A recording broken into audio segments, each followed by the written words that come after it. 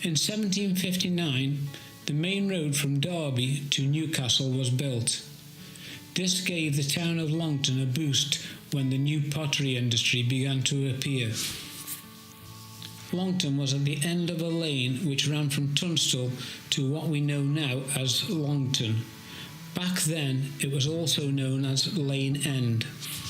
On the 1st of September 1910, the town was federated into the borough of Stoke-on-Trent.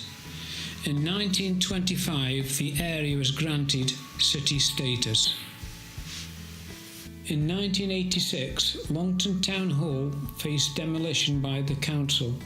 Amid considerable local protest, work on stripping out the interior had already begun before an injunction was put in place to save the building. The view to the left is along Market Street. Longton had two town halls at one time. One was demolished, which stood at the top of Commerce Street. This is an early image of the old courthouse.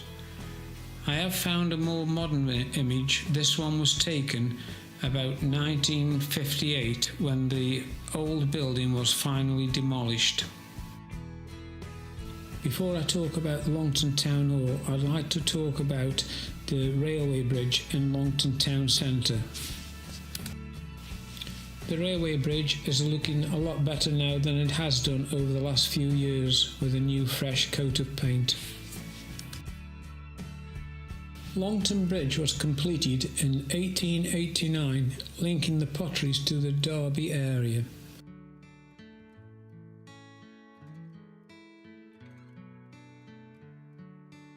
Above on this image you will see an electric tramcar.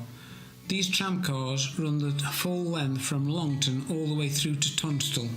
As I have said before, the bridge does look a lot better now. This is a view from the other side of the bridge, now looking at the Crown Hotel. Longton Town Hall does display some excellent brickwork and stone masonry. It's a credit to the builders of their time. I think we're really lucky today that they did manage to save this lovely building. Adjoining the town hall is the market. It is fully enclosed and at one time had over 250 stalls working inside. A market opened in 1789 in Times Square, and then another 22 locals opened another market in 1794 in Commerce Street. Since the rebuild of the Longton Town Hall, it added the market hall behind it. This was added in 1863 on Times Square, just a short distance away from the original building. There was a large selection of stalls, totaling 250 within the market. But what amazed me, there were 50 butchers, which is quite surprising really for such a small market.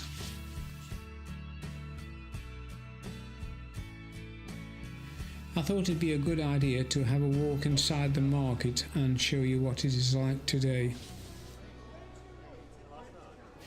There is a selection of stalls within the market, but nothing like it was in the heyday.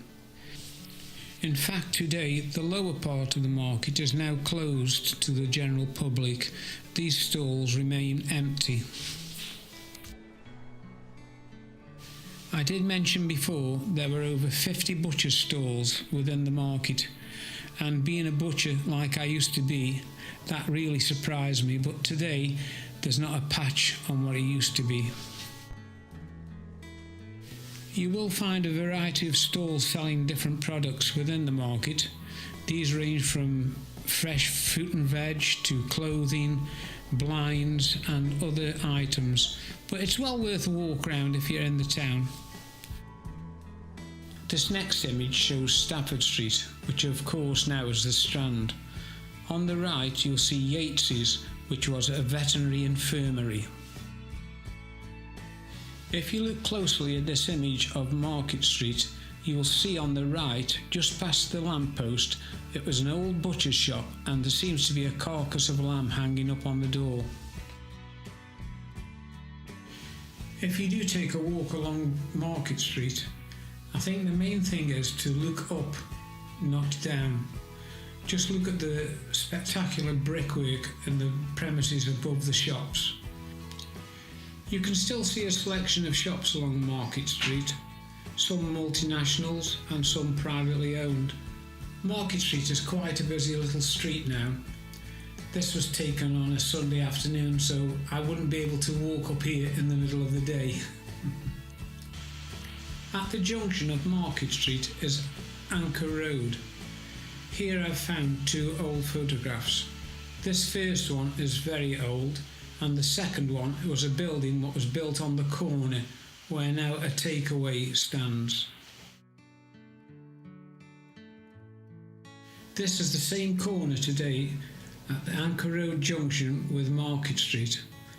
Personally, I prefer the old buildings. The first bus station to open in Longton was in 1948, but the land had been cleared ready for use since 1944. The delay was due to the war. 4 years after, it was finally laid out with the cleared land. It finally opened just off the Strand. Another bus station was constructed in the 60s. This had on top a nightclub which was well known, what was called the Jollies, but in actual fact the Jollies first opened as a 10-pin bowling alley. The bus station has now been redeveloped and contains shops, etc. The Union Hotel was quite popular in the town. Today it is now run by a solicitor. The building today is still holding on to many of its building features. Many of these old buildings still remain untouched above the shop frontage. As I have said many times, it's always best to look up. The church in Longton, St James the Less, was built in 1833 and designed by Mr J. Trubshaw. Mr Trubshaw also designed the church at Shelton. In fact, they are the same. The graveyard was cleared and laid out as gardens in 1960 at a cost of £6,000. But when you consider the cost of building was actually £10,000, makes you think. Queen's Park, or as many other people call it, Longton Park, opened in 1888. It was and still is a good example of late Victorian municipal park for an industrial town. This image is of the lake in the background, but now the bushes have grown up blocking this view. The Queen's Park is still regularly used by many people today. The park was designed and laid out by the Duke of Sutherland's land agent, John H. Garrett. The total cost was estimated to be £6,000, which was mostly met by voluntary subscription. The sum of £1,000 was given by the Lord Mayor, at that time John Ainsley, who was a pottery manufacturer within the town of Longton. The man leaning on the bridge is for me like looking back in time. There are many more buildings and other history in Longton. I hope you have enjoyed this small collection of clips and photographs I have added together. The list I have added at the end of this movie is a list of all the pottery manufacturers in the town of Longton from 1780 to 1912.